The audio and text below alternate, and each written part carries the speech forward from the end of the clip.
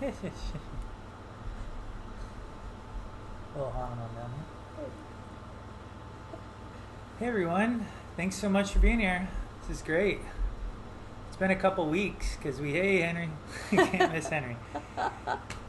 It's been a couple weeks since the intensive, and I think we ended with like a presentation on Sutra 3.3, but yeah, we're shifting in a slightly, not really a new direction, but a slightly different format where we're going to be doing this more often.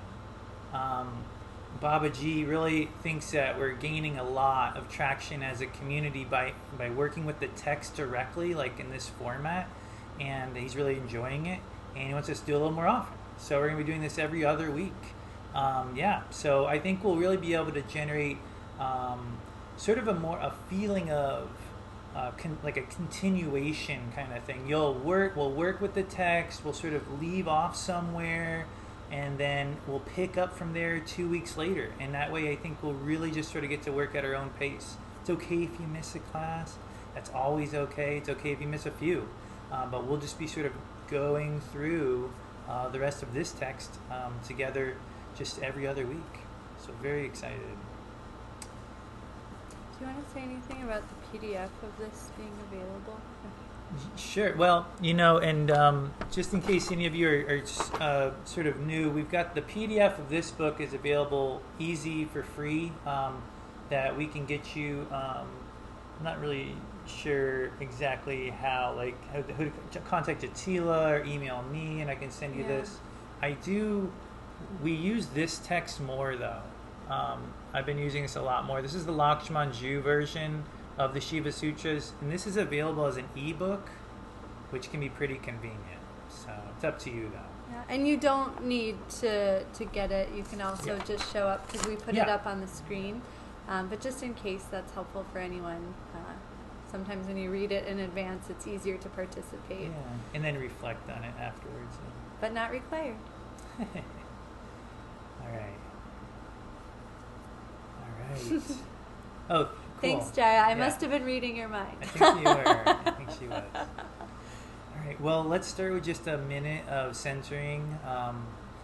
So, as I work with philosophy, I found the more I work with it, the more it's integrating and becoming an aspect of my practice, a way that I can really connect with my energy and to surrender my mind. And so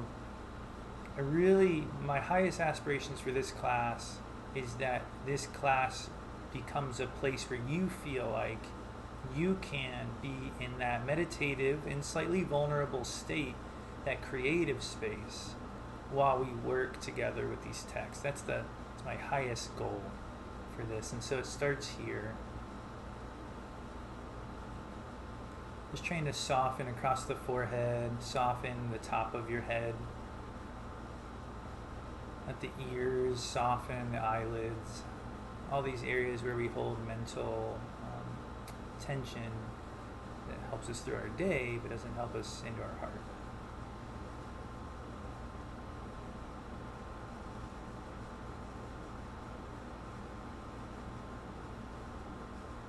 And as you gently lengthen your breath flow, just try and really feel the breath, feel the space of the breath.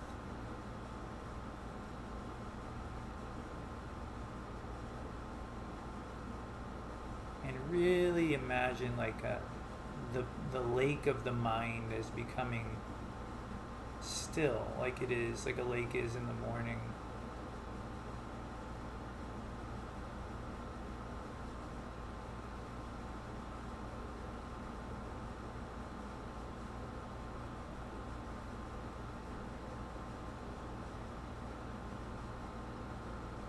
Let the feeling of the breath help you to calm the mind by allowing you to feel the present.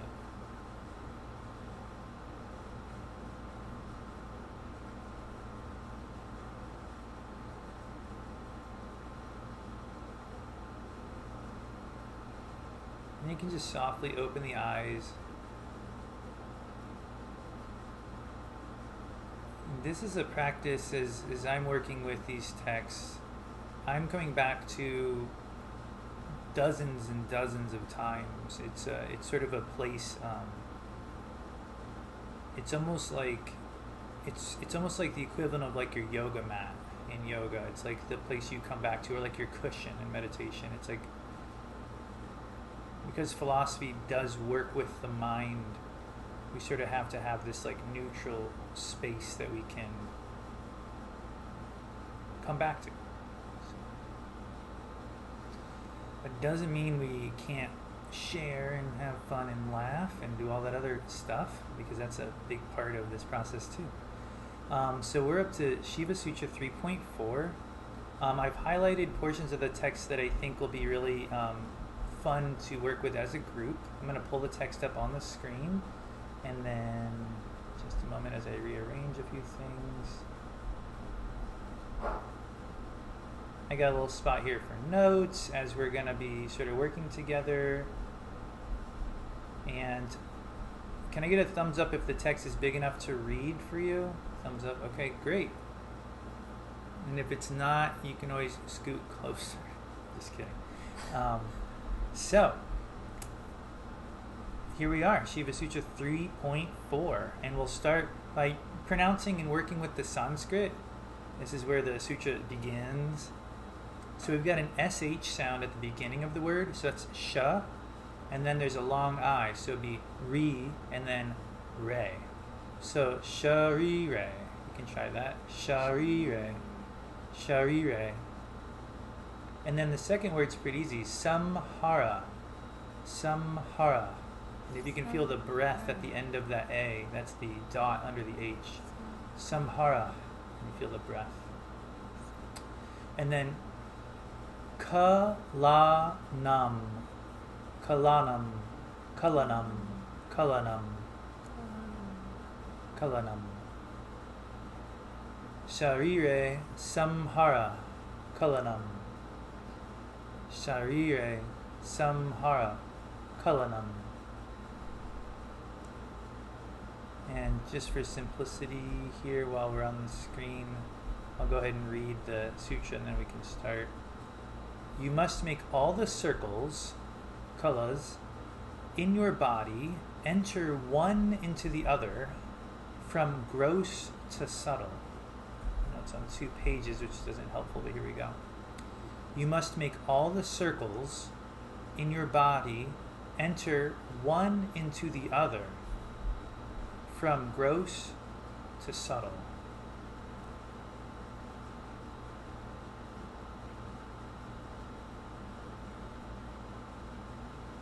So to break that down, okay, it's pretty straightforward, although it's very interesting. Like, it's not like immediately obvious what we're talking about, but it is straightforward about the process. Circles. So circles is going to stand for, like a range of reality, a range of reality that is sort of like a zone, I think a zone would be a better word. You must make all the zones or circles in your body, and your body here is not just your physical body. Your body is going to be like your physical, your subtle, and your subtlest, as we'll see, self. So you have to get all these different aspects of yourself to enter one into the other. So that means we're going to be sort of like walking up these steps to enter one into the other, and then he gives us a direction to work in from the grossest, which means from the most physical, to the most subtle. So the sutra is sort of giving us a very straightforward concept, which is we want to learn how to work from zone to zone, from physical to subtle. And in so doing, we're going to be benefited, is all you can assume at this point.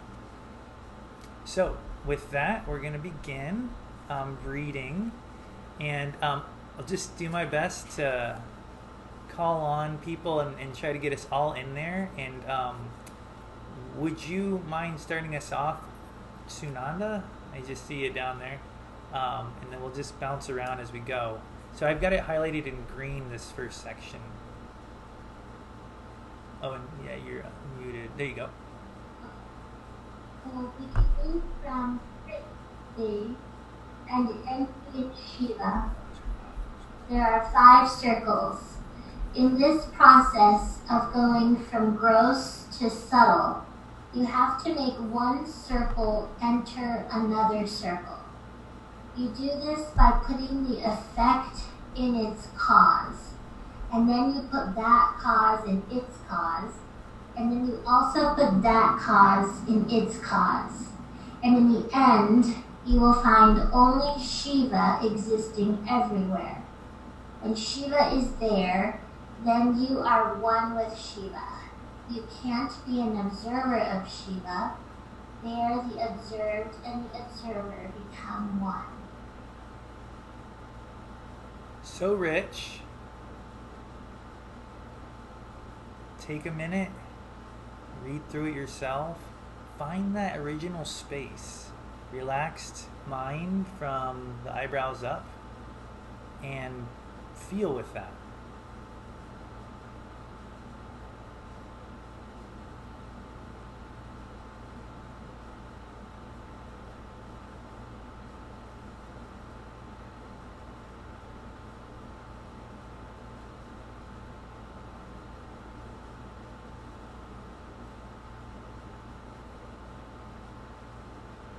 And this is supposed to be nothing but beneficial to your practice.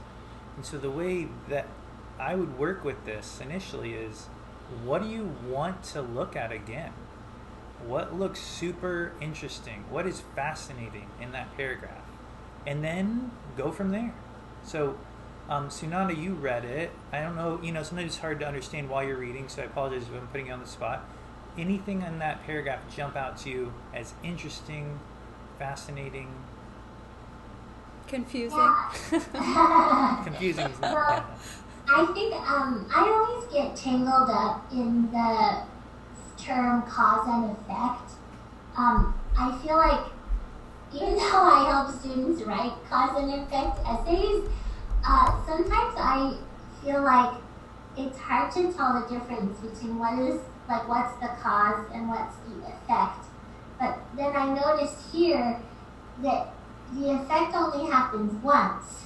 So there's one effect, and then it's all causes after that is going in the circles. And so I guess I'm curious about what's an example maybe of an effect, and what are examples of these layers or levels of causes.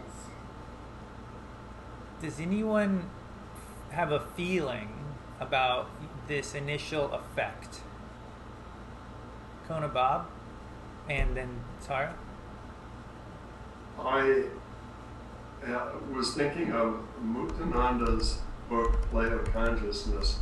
As you read through it, he talks about when he would begin meditating, he would sit down in his physical body, and then he would feel what he called the red body, or it extended out a few inches from his physical body. This red body is your vital self. It's what you feel when you get near somebody. You can feel the other person's vital body kind of bumping up against yours. Then he talks about he would go through the red body, and then he started experiencing a white body, which he described as being the size of your thumb in the center of your heart. If you haven't read Muktananda's book, Play of Consciousness, this is a fascinating thing. The white body the size of his thumb, he said, he would go into that from the red body.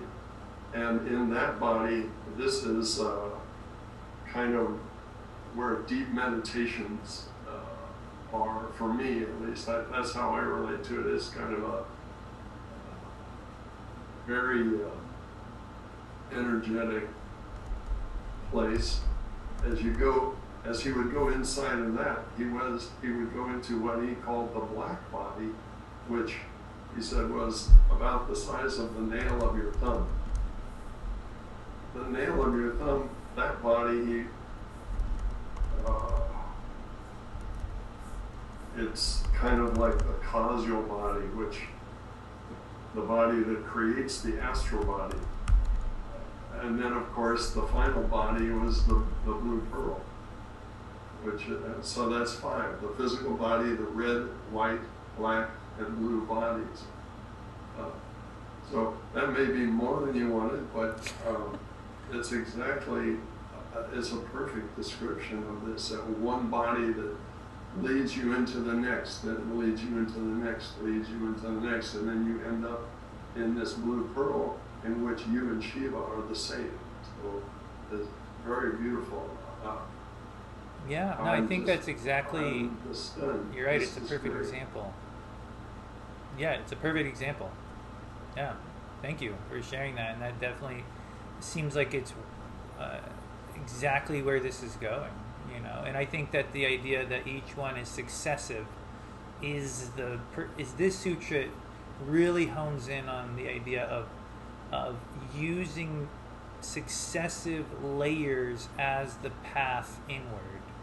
You know, not necessarily like let's go to the blue pearl, but rather let's go to the layer in, the layer from there, the layer from there. And so that's going to keep coming up. So I think in this case, with Sunanda's question about what's the initial, what is the one effect and why are there all these other causes, the one effect would probably be the state from which you begin, whatever state that is. And then all the causes would be successive layers that you go to from that state. It's almost like you start from somewhere, but then from that somewhere you go many places inwards.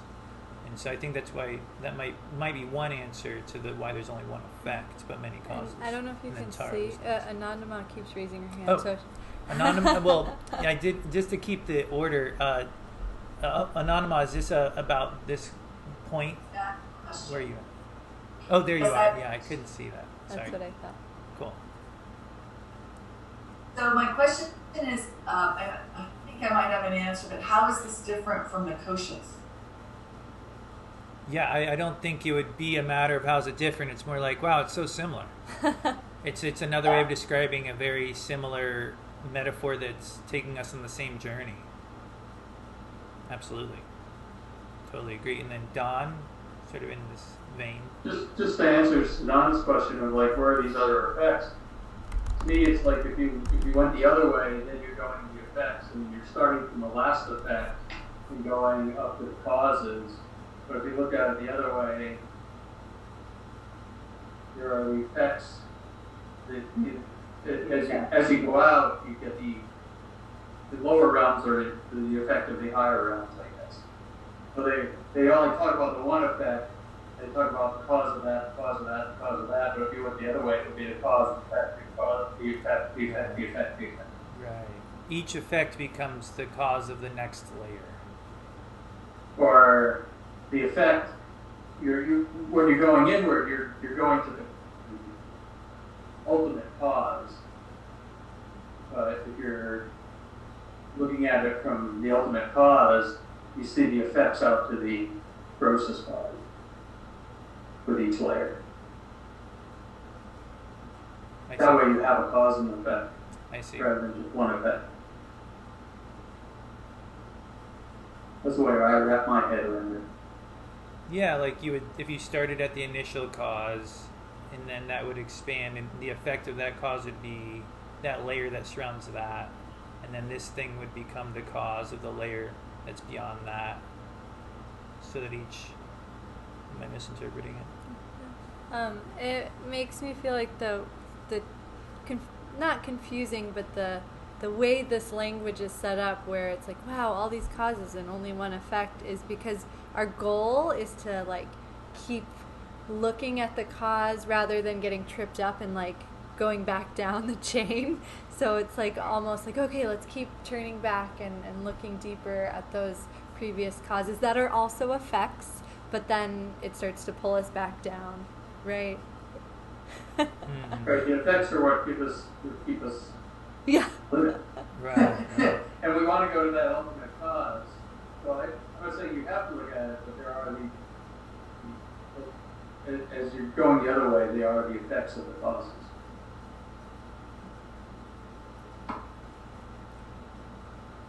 And and it's really important. I'm like, as I'm listening, I'm trying to like breathe and actually like feel when you're like, for example, when Dawn, you were talking, I'm just trying to go, okay, what does this mean to my practice, like in this moment? Like really like relating to this, because this should literally deepen your practice. The contemplation of this concept has only one purpose, which is to deepen your experience of the self. Sometimes there's not an answer, and sometimes the answer only leads to more questions. So then all we're left with is the actual act of contemplating. So even as we're like working, and like people are sharing, like always, for me, feel while they're sharing, and then the way we're always practicing. Do you want to see? Tara was gonna go next, yeah. Really, it's I think probably just a different way of saying what I've heard from everyone else and felt from everyone else. To me, this felt to me like the effect was our physical manifestation, the physical body, the karmic manifestation of where we are now, that starting point in this reality. And then the cause was just one step closer to getting to the ultimate source. And so how it relates to our practice now is, yes, you sit down in this body to practice, and then you transcend the experience of your body to go deeper, and then you transcend the experiences of your mind and emotions to go deeper, until you just are continually searching and working to connect to that deeper state that is the Shiva consciousness. It sort of reminds me of Swami Rujananda when he talks about, well, he has a lecture where he says, I'm not working to attain a one level, a certain level. He's like, I'm working to attain a state of being that is like constantly like growing and expanding. I don't want to just have a certain experience. And so, because where does this path take us? This is just open for anybody. Where does this path take us, according to the text?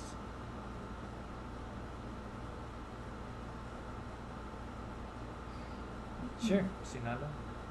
Well, I was reviewing some notes earlier from the Rudy video that we watched a while back for Sutra 2.6.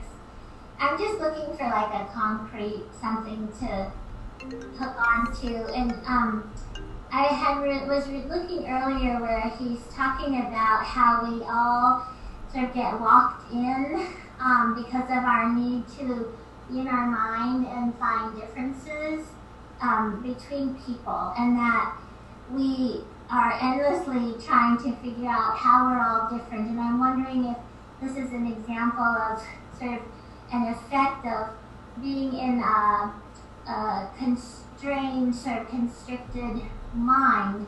And when we start to sink deeper and deeper into our causes, we go to that point where he said, differences never made a man free.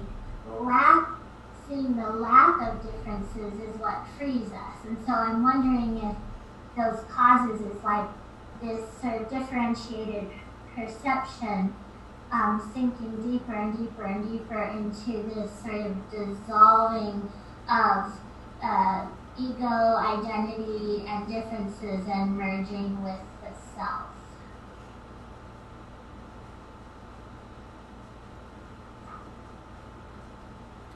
Yeah, something that, as you were speaking, it seemed like it really touched on was that to really know a cause of something, you have to be detached from it. And so when you're saying at the end, like the dissolving aspect, it seems like we're trying to get in touch with not just the way, the level or the way things manifest, but rather the thing that permeates all the levels which is your awareness.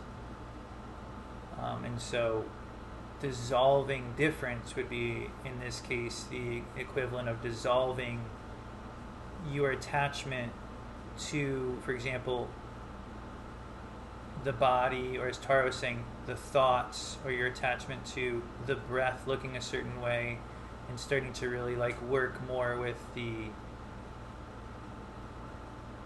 energetic relationship you might have with those things, and so that it keeps you moving inward. And so yeah, I think you hit the nail on the head with, to encounter this concept, to drive inward requires surrender, requires dissolving, requires breaking down walls, because anything else is just going to, you're right, just build more walls or bring you more and more to the surface. Dharma? And I'm having trouble synthesizing everything into this notes column, so I apologize if I didn't get your notes in there. It's not because I didn't like it, I just didn't, you know what I mean? It's hard sometimes. Go ahead, Dharma. So for me, there's the paradox of talking about making one circle enter another circle. And if we start on that gross level, imagining, like visualizing, like two rings, two metal rings. And you can't force the two rings together because they're circles. And so like in a physical way, it seems impossible. And so even the mind can't comprehend how to merge those two things. It's physically impossible. And so the solution is then sort of presented, where there's another way. And so I think it's this idea of surrender and sort of letting go of the way that, for me at least, I think things are going to fit. They're not going to fit that way. And so there's another way, and it's that those entry points sort of exist simultaneously on multiple levels. It's almost like they align. They don't come together to meet and collide. They align in a certain sense.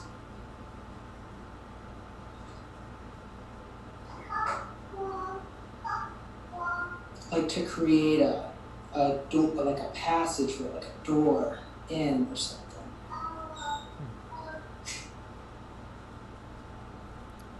Yeah, that really resonates with me, Dharma. Something that I heard Babaji say recently was, like, as we grow and we evolve, the rules change. Like when we're in different levels of our practice, and it's sort of like we can't take our understanding, we can't take like the rules, the concrete things with us.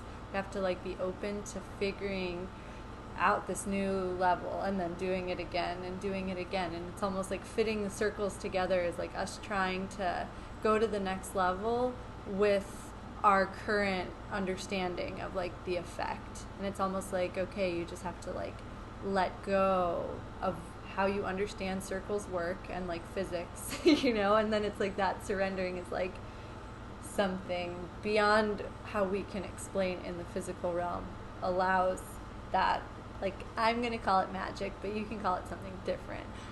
That magic of like the circles that are the same size somehow being able to pass through each other because we've dissolved them or surrendered them or allowed them to become more fluid.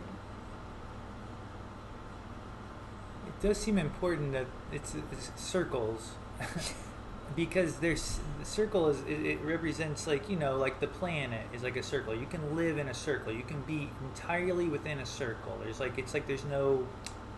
no shortcoming there. You know, you can live your whole life in the grossest level and live your whole life. Like, it's not going to, like, there's no end point. You can just go around and around in that. But it's like, if we want to make that leap to the next circle, how do we get to that next planet? How do we get to that next circle? It's like, we're going to have to step from this one to that one. You know, we're going to have to feel one and encounter the other and then take the foot off of that one, and then we're there.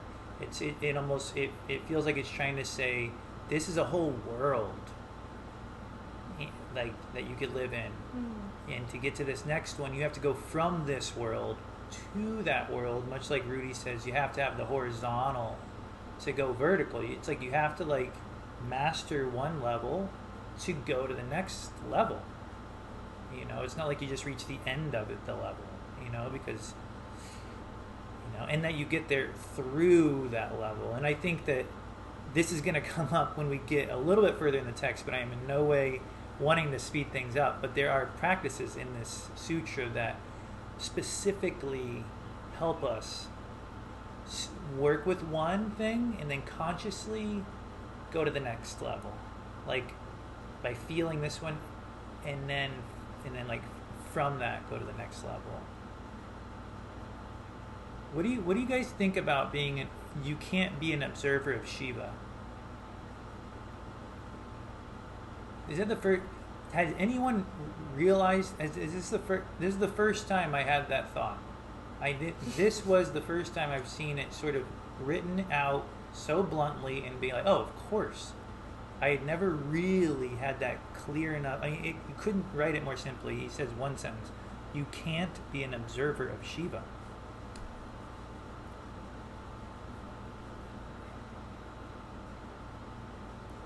Does that flip anybody's perspective enough to comment? We don't have to, but sure, Chris. Oh, go ahead.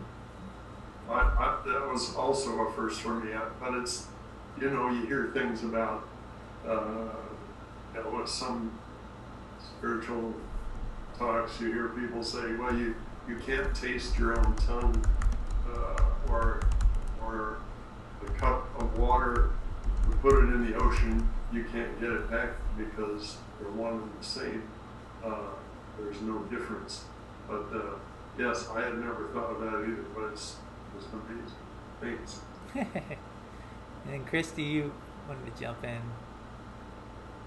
Yeah, that was the thing that stood out to me the most, although I thought so fruitful on the rest of our conversation. But I was thinking today when we were answering some of those questions from our meditation teacher training, and I was just coming across like the notion of non-dualism, and I feel like that's kind of another way to describe that, is that once you have the experience of Shiva, you're entering that non-dualistic state of being where the knower and the knowledge are the same, and there's just really no notion of separateness.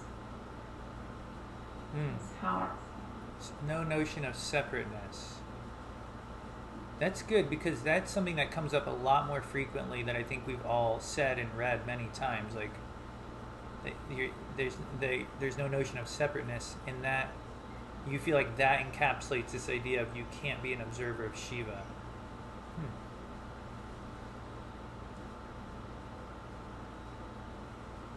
Why does those two things align for you? I think they do. I agree. I could complete the fill in the blank, but I'd rather you do it. Yeah, I think, it's real subtle, whatever came to me. But I think I hear in you can't be an observer of Shiva the next qualifying statement, which is that the observer and the observed are the same. So I think you can't be an observer sounds really similar to you can't have a notion of separateness when you're merged, when you're feeling non-dualism, when you're really merged with that experience. Does it seem like trickery at all to you that we can't observe Shiva? Does it feel like there's it feels like a game where you're like, wait a minute, you can't win the game? It feels, what is that? there's a part of me that's like, okay, well, I've been approaching this slightly wrong. You know, like there's a part of me that goes, oh, I've sort of been approaching it like there would be a moment when I would directly observe. Yes, Usha. And then it's Gita. because you are Shiva. Mm. That's why you can't observe it, because you are Shiva.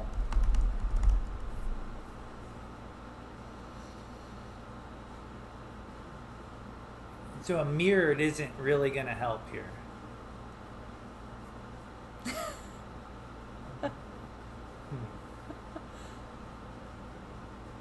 Wow, thanks, Usha. So simple.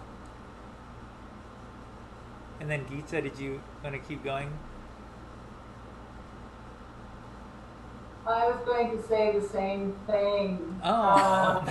Once you get there, to me, it reflects what Bob said earlier.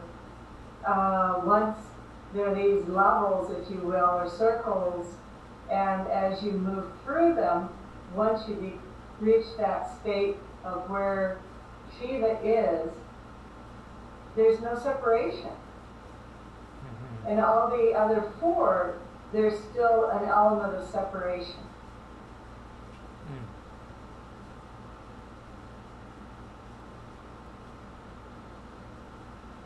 Yeah, because he does say you will find only Shiva existing everywhere. You will find only Shiva. Only this one thing everywhere. So that's a little non-dual trick, I think, where you're like, you'll find this one thing everywhere. You're like, dang it. For my mind's like, oh God, one thing everywhere? What? Yes. Who is? I think Pujari. You haven't shared yet, so Pujari, and then Dharma and Tara. I was just going to say that, piggybacking on what you said, Satyam, and then what Bob was saying about levels, and if you just go to Dharma's picture frame, it's all symbolized in the toy.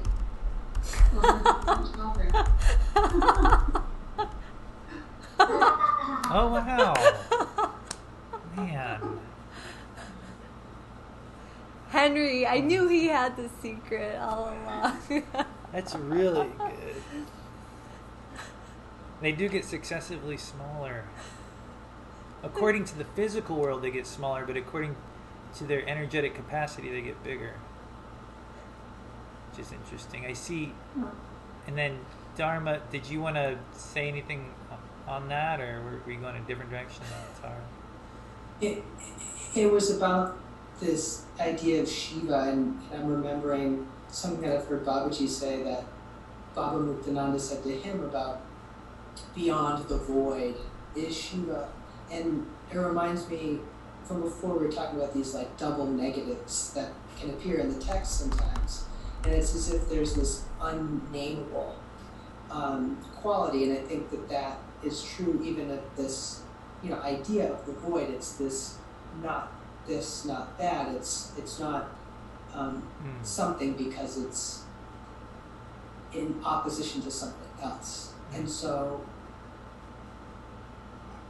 to be an observer in that place doesn't even make sense.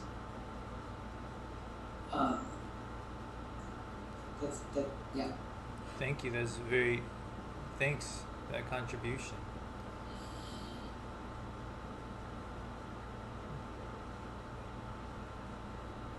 Tara, you were up. Hand was up. I was feeling it too along the lines of like divine play, right? That Shiva is hidden in everything, and it's part of the work to discover that Shiva is everything. And so you do your work and you have your practice and you start where you start and you move through these different levels until you have that experience of awakening and Shiva consciousness, when you do realize that it's all Shiva and that you are Shiva, and it is the all being one, and like all is one. And I don't know if I'm saying it. Yeah, I know what you mean. It's like you start from a certain place. And, yeah, that's where you're working. So, and to you reference with some sort of trickery or game, and like it's the divine play. Yeah. We're searching for Shiva, and Shiva is always there. It's just finding Shiva is part of the work that we do to find that we are Shiva. Shiva.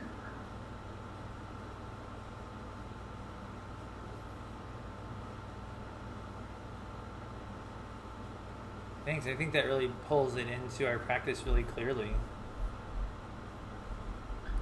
And I don't know if people have gallery view on where you can see everybody, but just in case people didn't have that, I just wanted to share that when Satyam read that line about you can't be an observer of Shiva, like several people like smiled really big and just sort of nodded. And I mean, it's hard to put into words, but I just seeing that happen collectively to so many people, it was like it just hit somewhere, regardless of whether we can articulate it. There's just this like knowing of like, oh, of course that's true.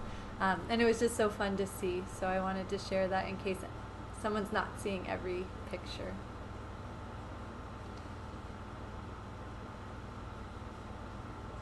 I was thinking just as a helpful visualization for me was that individual raindrop who's so convinced it's individual until it hits the ocean. And I was realizing as you all were sharing that how would the raindrop be able to observe the ocean once it just was the ocean? That was helpful for me. I want to do snaps for that one. Thanks, Sunanda. That was really helpful for me. We came up with in our level 3 training, Yeah. It's hold on. I feel like it's called emoji mudra, and so it starts here, and then it goes to this one, and then it shimmers. It feels really because this good. is applause and sign language. So we've been using that in Zoom, and then we were like, but everyone wants to do this, so then we just started doing both.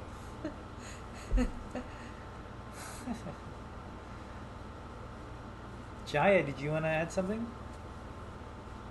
Oh, I see if you can unmute. I can't quite do it. There you go. For me, it's just like the sense of, I can relax and stop looking. And it's sort of that feeling of being a raindrop in the ocean. It feels really like, I don't feel like I'm being tricked. I feel like, I've been given the answer. Right. Yeah. Absolutely.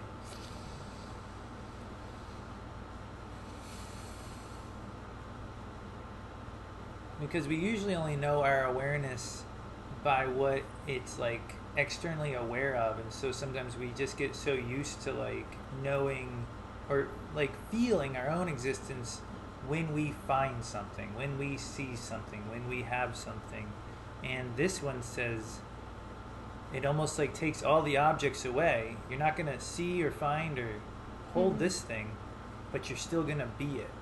And I can see how it's like that could be frustrating for somebody who's really externalized, or it could be extremely nourishing. That just says like you can stop searching out here. So thanks for that. It's really helpful. Well, I this is the beauty of our new format. We just get to start from here next time, because we're going to take the last 15 minutes of class to meditate. That was one paragraph. Way to go, everybody. Yeah. And you never know. You never know. I personally found this one paragraph to be very rich. I'm not surprised. But so we're going to meditate for 15 minutes, and I've got something prepared that tries to utilize this work. And then we'll just pick up from here.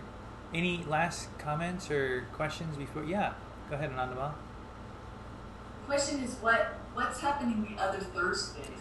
Yeah, it's the teaching moments presentation, like what Jatila and Arya did last week. It's like somewhat of a random topic, but of course it's not truly random. It's like all about our practice and a prepared topic. Yeah, source text and everything. Yeah. Cool. All right.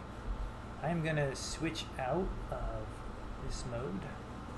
And I know you all have been sitting, so if you feel like you need to wiggle around a little bit, please feel free so you can settle in for the last few minutes. I know I'm going to move my spine a little.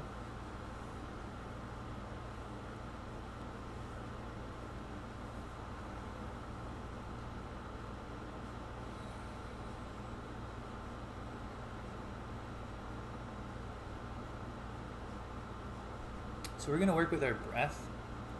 This is a practice that we are recently working with our meditation level 1 teacher training. And it's sort of the steps towards witnessing your breath, going from a slight pranayama to slowly but surely letting it go. And I think it really sort of is in line with this sutra. So you can allow the eyes to close, swallow to release any tension in the throat. Take a little bit deeper breath than normal down and try to feel the path of the breath, the throat cooling a little, the chest maybe expanding, maybe the ribs or belly also expanding. Nice full exhale through the nose to try to empty out. And then we're going to start with something really simple, just smoothing out the breath, making it a little bit longer than normal, a little bit slower than normal, but nothing too extreme. But you are using effort to smooth out your breath.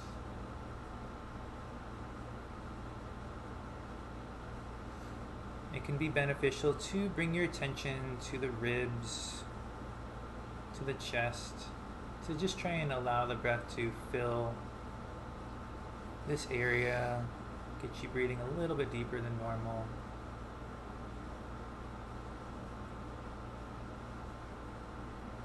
Also notice the effort of your exhale. Just a little bit of effort can help you release all the air slowly but surely, which enables a nice full inhale to follow.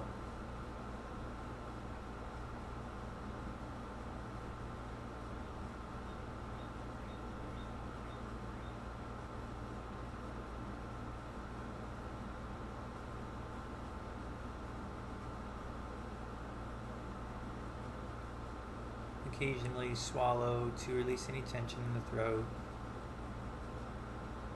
And I just want you to really pay attention to the effort that you're using to smooth out and gently lengthen your breath. Actually notice the effort, the feeling of the work you're doing.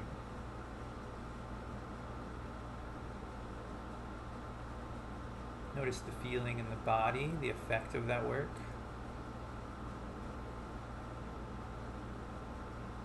Also just notice the focus that it takes to sustain that little bit of effort.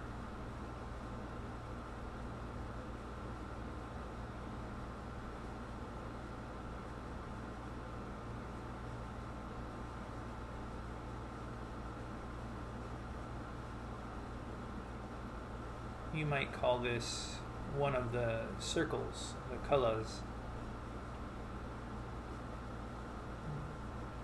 This is sort of the waking state, the state of focus and awareness. But although we have a lot of awareness in this state, the awareness is of a pretty gross level. It only can feel so much.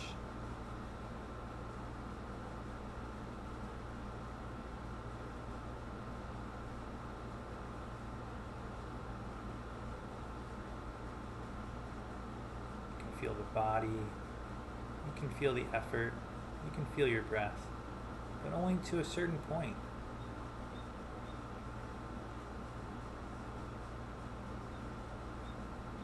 And if we want to make that transition to the next level, to the next circle,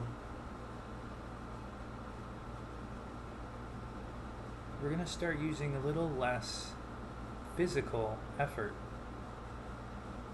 So So I want you to try to use half of the effort that you're currently using.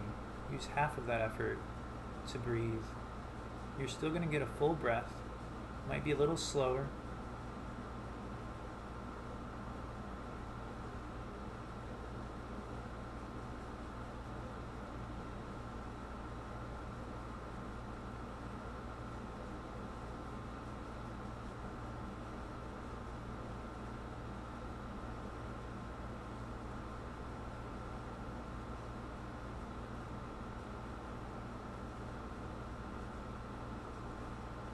Now consciously notice that this is half as much physical effort.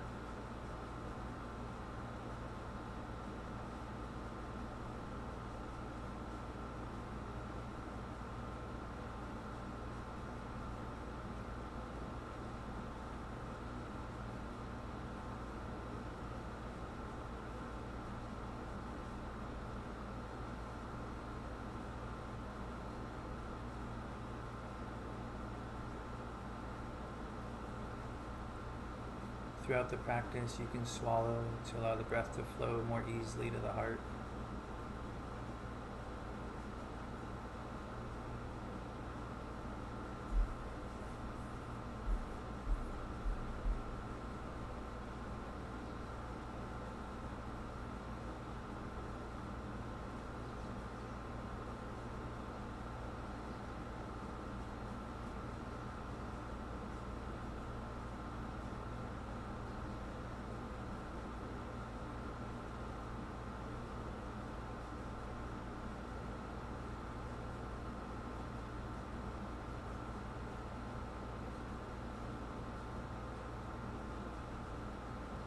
Half of our external effort yields a different experience of the same breath.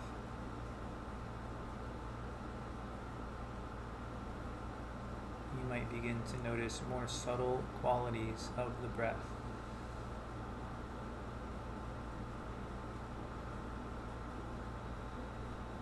More subtle qualities of the feeling of the breath.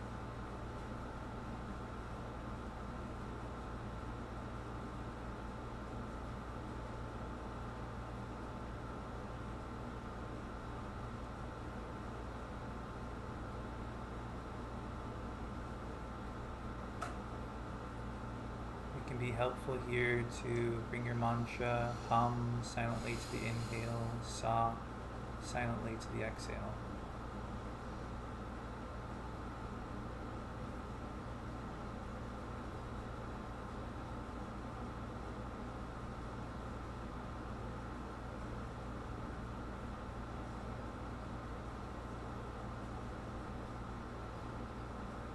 There is still effort, but it's very minimal.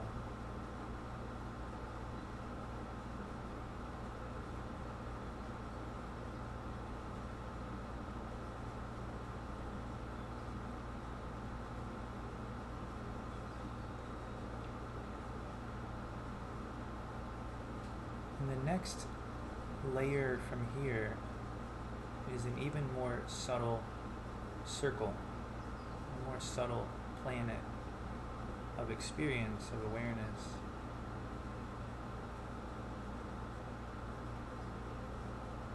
And you can't go there directly.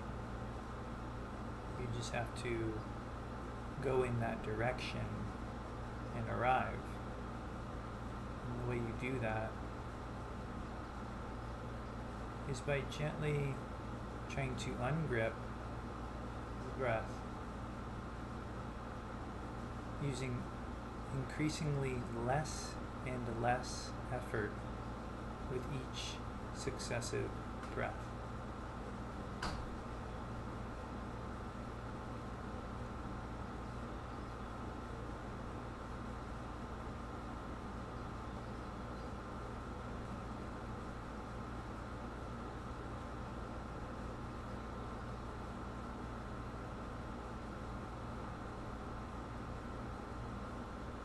Eventually arriving at the experience of watching your breath without pushing or pulling it.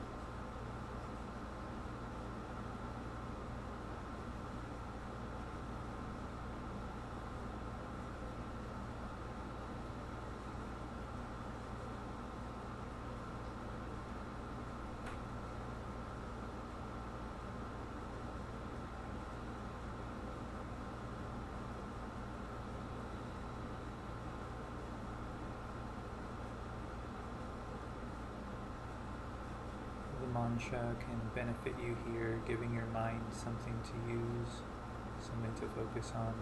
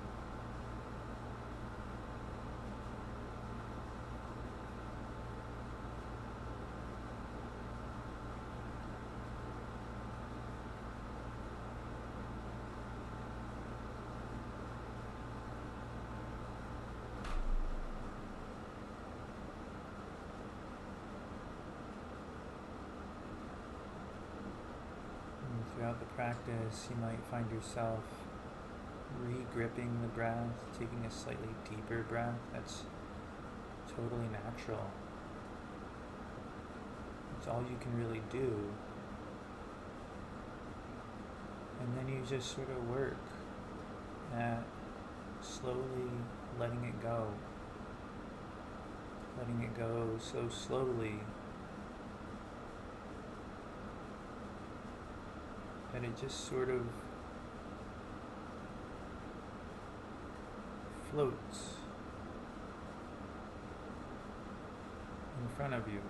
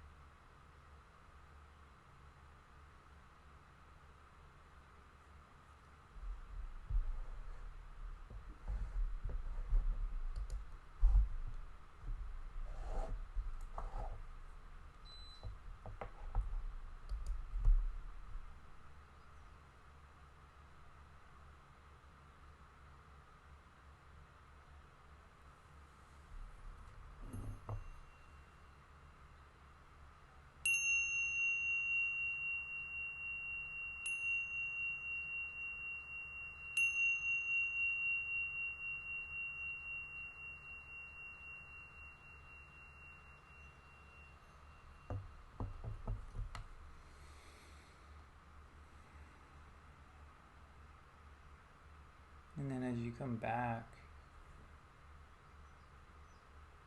to this state, we don't really leave, that experience behind totally. There's like a thread that we pull from, that we stay connected to that state while going back into our life. Alright, well, namaste. Thank you all so much. What a great time together.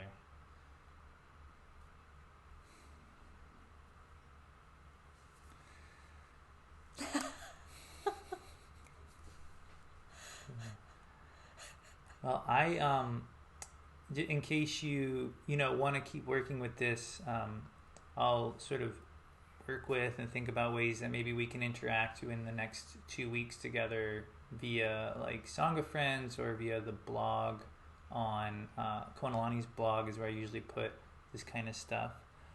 So yeah, stay tuned, and I'll make sure there's some way. I'm sort of still figuring it out myself. But yeah, in the meantime, thank you. Take care, everybody. Yeah, take care.